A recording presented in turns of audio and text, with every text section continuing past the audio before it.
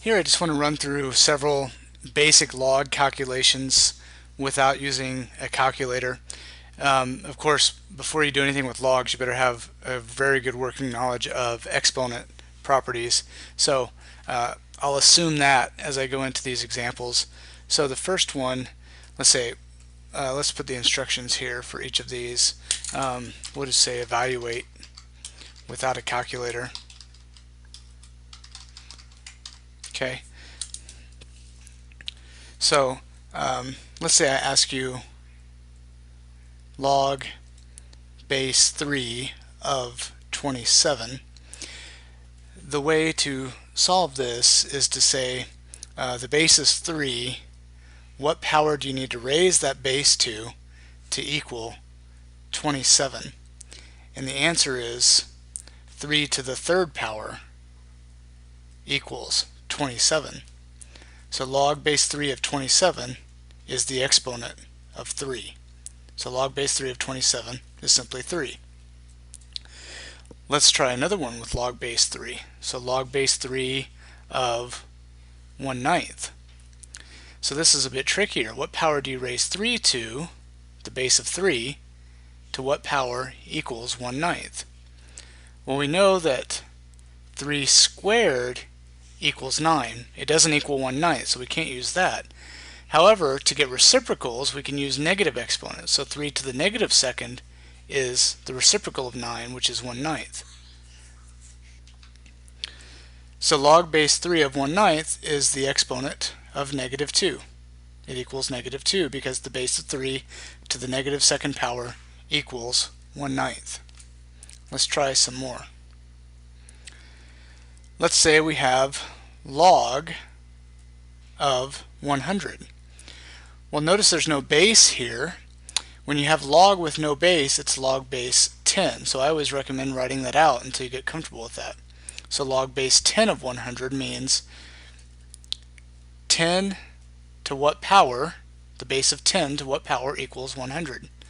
And the answer is 10 to the second power equals 100. So log of 100 equals 2, the power of 2. Okay, let's try another. Let's say I've got log base 5 of 1. So we're trying to figure out what power I raise a base of 5 to. Sorry, I gave it away there. To get 1, and the answer is 5 to the 0 power is 1. So log base 5 of 1 is 0. Okay? What about log base 5 of 0? So I'd have to raise a base of 5 to some power to equal 0. Well, no matter what power you raise 5 to any power always equals a positive number. No matter what. If this is a negative exponent even, you get a positive number. Because 5 to a negative exponent just means a reciprocal, not a negative fraction. So this is impossible. It's not a number at all. Not a real number. You might see things like that, but you can't raise 5 to a power to get 0. Okay? What if we have, how about log of the square root of 10? Again, log with no base is base 10. So we're trying to figure out 10, base of 10, to what power equals the square root of 10. Well, we should know that fraction exponents give us radicals, and this is a square root, so 10 to the 1/2 power equals the square root of 10. So the exponent's 1/2, so the log of square root 10 is 1/2. Okay? Again, I said you have to have a fairly good working knowledge of exponents and how they work. We've seen negative exponents, zero exponents, fractional exponents, various things here. Alright, let's try another. What if I have the natural log of e to the -5th power? Now the natural log with no base, it's never written with a base, is base e. So I'm trying to figure out what power do I raise a base of e to get e to the -5th. Well, what power has to go here to make it equal e to the negative fifth? Well, the negative 5 exponent has to go there to make this true. So the exponent we're looking for is negative 5. And one thing you'll notice here is if the base of the log, so when I say the base of the log, I'm talking about this base here. If the base of the log is the same as the base of the exponential, the base of the exponential is this base, right, e to the negative fifth. So the base is e there, the base is e here. So if those are the same, then the log and the exponential cancel.